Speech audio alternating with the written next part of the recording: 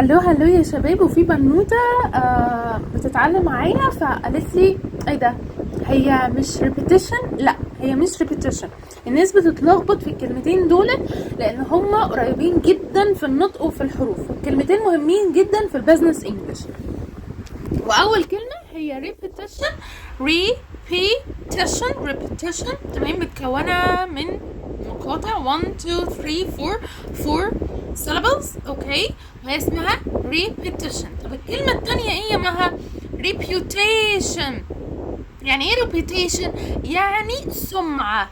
the opinion that people have about someone or something because of I'm sorry انا مكبرة الشاشة بزيادة. because of what has happened in the past. تمام، فلما انا اقول لشخص he has a bad or good reputation، الشخص ده ذات سمعة سيئة او جيدة. bad reputation good reputation دي سمعة. اما دي repetition معناها ايه؟ معناها تكرار. repeat after me. repetition. children used to learn by repetition. بالتكرار، الأطفال بيتعلموا بالتكرار. ده قاموس ايه؟ ده قاموس لونج مان وأنا بحبه جدا. ما تنساش تعمل شير. أنا مع حمدي، ده نص عليا ونص عليك.